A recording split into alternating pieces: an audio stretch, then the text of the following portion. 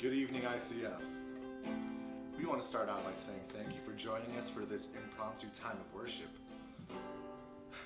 We figure with everything going on, we have no reason to wait until Sunday morning to share a word of encouragement, to spend time in prayer, time in worship.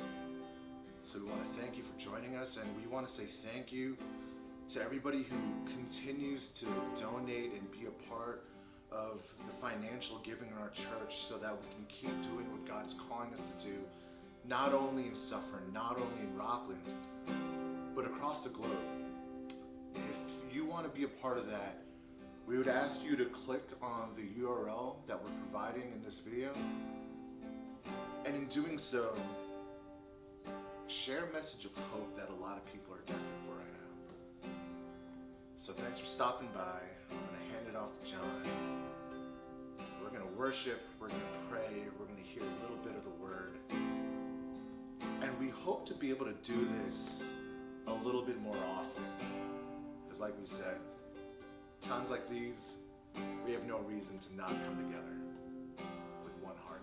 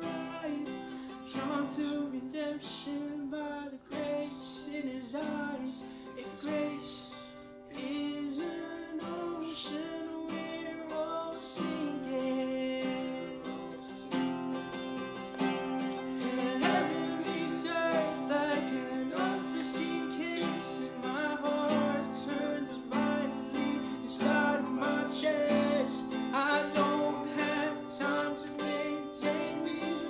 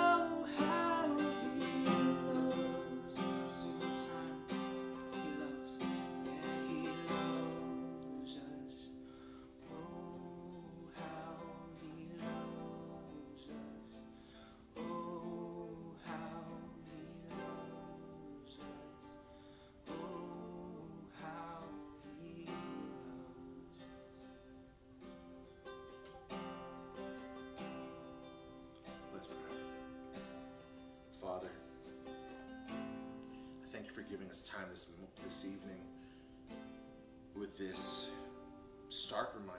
It's simplistic in its nature, but it is heavy in its weight. The fact that you love us is not something that can be passively put on us, because your love is so grand that when it touches us, it leaves its mark on us. And ultimately, that's what our prayer is. During the times that we're living now, in the time of lacking certainty and prevalent fear, our prayer is that you would leave your mark on us, because when you are nothing but hope, certainty, and love and security, you leave your mark on us in your love in a way that it casts everything else aside. So I thank you for giving us time this evening. I pray that we would know you more, and in doing so, find what our hearts have been yearning for. And I pray that we share this truth and this message with those who need to hear it the most. Be with us, God. We thank you. We love you. We pray in the name of your Son, Jesus. Amen. For a short Devo tonight, I wanted to read through the book of Matthew, chapter 7, starting with verses 21. Here it says, "Not everyone who says to me, 'Lord, Lord,' will enter the kingdom of heaven, but the one who does the will of my Father who is in heaven. On that day, many will say to me, 'Lord, Lord, didn't we prophesy in your name and cast out demons in your name and do mighty works in your name?' And then I'll declare to them, 'I never knew you. Depart from me, you workers of lawlessness.' Everyone then who hears these words of mine and does them will be like a wise man who built his house on the rock. And the rain fell, and the floods came, and the winds blew and beat on that house, but it didn't fall, because it had been founded on the rock. And everyone who hears these words of mine and does not do them will be like a foolish man who built his house on the sand.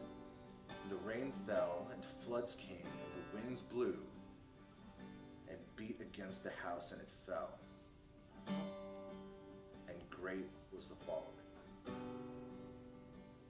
So we've been going through this series, even as we shifted things around in light of what's going on, but we started this series called The Old You, where we asked ourselves, one, what are aspects of our lives that we want to give up and leave behind completely? Then we started asking, what are some of the true marks of Christianity? How are people going to know we're actually following Jesus? And the main things that we land on are people are going to know us. It says before the passage we read right here, it talks about the fact that people are going to know you by your fruit. You know, nobody looks at an orange on a tree and assumes that it's an olive tree. And then we looked at verses like John 13, 34, and 35, where Jesus says, "A new command I give you, to love one another, and by this people will know you're truly my disciples." So ultimately, we find evidence in terms of our following Jesus by how we live and how we love. Because ultimately, love for Christ, love in general, cannot be implied. Love cannot be just a bunch of warm, fuzzy feelings. It's like a spouse treating their husband or wife poorly and just saying, "But you know I love you, right?" That's just not good enough. Our love has to be known, because love is an action. It's a verb. And I think what's interesting about the passage we read was about this foundation that's being built. Jesus always talked about hardships coming in terms of its inevitability. And I think that's what we're living through right now. We are going through storms, to say the least. I don't know if you've ever lived through storms, but sometimes storms rock you to your core. I remember doing a road trip to Chicago by myself, and there was just flash flooding, and all of a sudden When you fear for your life, you do things to save yourself. For me, it was parking underneath an overpass. There's something about big storms, especially if you see what it does to ravage houses like I'm being told here, where storms can ravage a house to the point that it exposes its foundation. And here it's talking about what you build your foundation on matters. But I think there's also something about suffering and hardship that has us reaching for survival, for like a lifesaver. And I think it's in these moments where God reveals to us what we're going to cling to in terms of value and in terms of what we believe will save us. And I think for those of us who are self-reliant, when we go through hardship, like in times right now, you could see who's living for themselves. I always told like my guys in passing, it would be horrible for the church if Christians were the ones going to grocery stores and getting into fights over toilet paper, because that should not be us. We cannot be the ones hoarding resources for ourselves, because that's not who we're meant to build up. It's as if we think that going through this time right now is us on a lifeboat where we have too much cargo. And we're sitting on this lifeboat and we're trying to prove our worth to make sure we're not the ones being thrown overboard. We're not fighting for our survival. And because you're not supposed to rely on yourself, you don't need to fight to prove your worth either. That's what we need to remember about Jesus. We're not fighting for our survival because we couldn't save ourselves. Jesus had to come and die for us. That was necessary. So trying to save ourselves negates the work of the cross, negates the gift of the cross. You don't have to prove your worth too, because Jesus, our God, our Heavenly Father, sees you exactly the way you are. And the truth is, we are far worse than we would ever care to admit. And He sees all that, and He still chooses to love you. So stop pretending to be good enough, and stop trying to project yourself as somebody you hope people would accept, when in Jesus you find unconditional love. So there's the choice you have. What lifesaver are you going to be reaching for? Are you looking to build the foundation of your life on what you could build with your own two hands? Are you going to place value onto things that are destined to fade away? Or are you going to cling and trust in God? Which admittedly is very difficult. There's nothing about trusting God that says hardship is never going to come. As I went through this with my small group last night, we talked about the things that God has us live through. Is kind of crazy actually, because there's something about trusting in God where God surprises you with what you'll live through. Where there are just moments in our lives where we just think this is going to be it. This might be the thing that breaks me. Except for the times where we're too weak to stand on our own, He carries us. I talked about this with a couple in my small group, and they talked about heart-shattering moments in their marriage where they lost children in the womb, and you would just never make sense of it. Except you see how with these broken pieces, God puts you together and redeems it for His purpose, because years down the road, here they are with kids of their own, also ministering to other couples who are experiencing loss. And they never would have been able to do that if not for God seeing them through storms that normally would have brought them down if they placed their hope in anything else. Sometimes we have no choice but to trust God. Really, the best thing we could do, the best position we could be in, is to have no choice but to trust God. When my dad was teaching me how to swim as a kid, one of the things he would do is he would have me stand on the deep end and jump in. But my dad wouldn't get me while I was still at the surface. He told me to hold my breath, and he would wait for me to sink towards the bottom. And he would kind of dive in and save me. But there were times where I just couldn't believe if he was going to get me. I thought maybe I jumped in without him noticing. And it felt like I was about to start gasping for air. I was about to start sucking down water. Except my dad always swooped me up. And I remember there were times where I would come up emotional and being like, "Where were you? You just took too long. I'm pretty sure I was going to die." I was a kid. I assumed my dad wasn't watching. Except he told me, he was like, "I get it's hard. It's uncomfortable, but you will swim better because of this." There are times that we wish we didn't have to live through what we're living through. But not only is God present in what we're doing, he's building us through this as well. While it's hard to find meaning in the hardship, in the big picture, we remember that his will goes beyond our comprehension. That he's not only using to build us in our character, he's using it to build up others, to further his will for his glory. If we would just trust him. But the truth is, in times like these, with what we're going through, there isn't enough in us to be able to cling to God and anything else. And we are going through difficult times. We have people in our church and in our communities who are on the front lines. And we know that there are just far less than favorable conditions in hospitals and so on. And we just feel like everything is falling apart. In my own family, we've been dealing with hardship where we celebrated my mom's birthday even though we couldn't meet with her. And it breaks my heart in a lot of ways.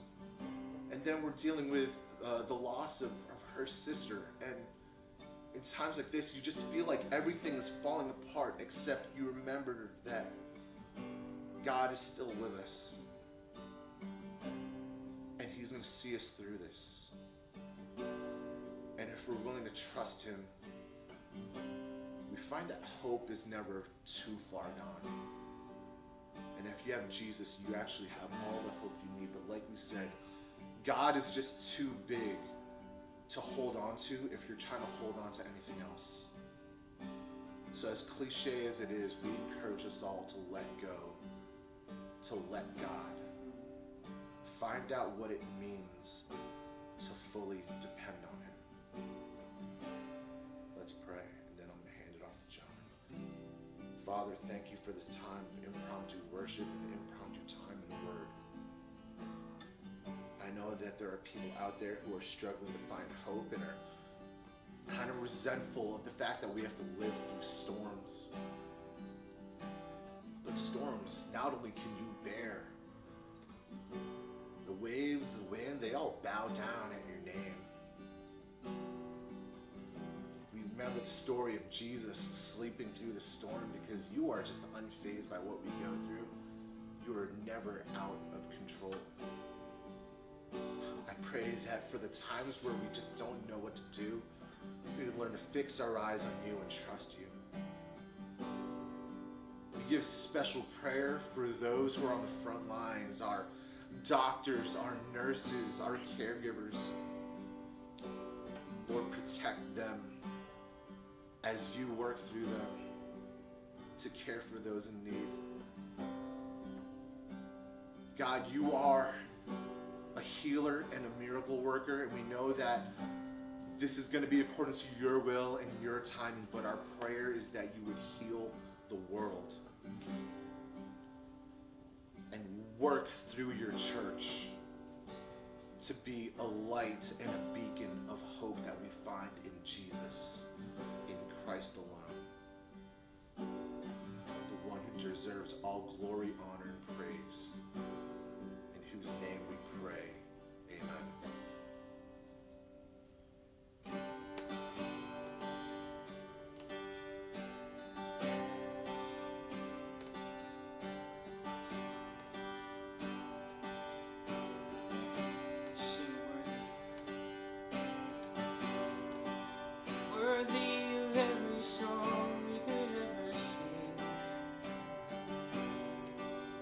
Worthy of all the praise.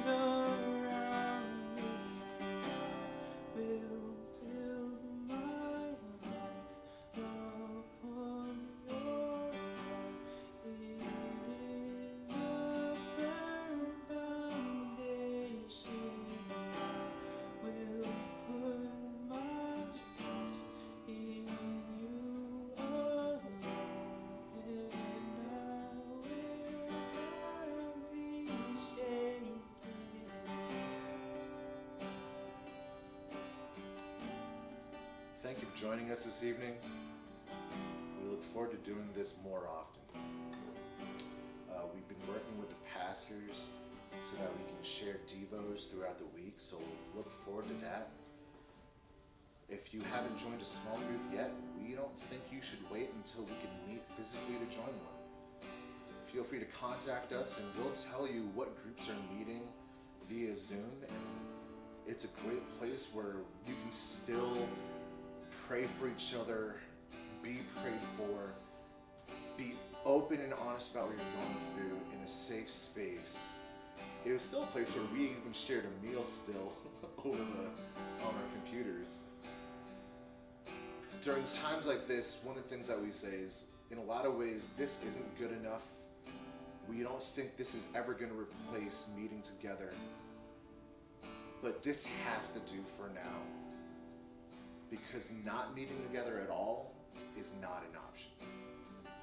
So join us, join a small group. Join us for worship tomorrow at 11 a.m.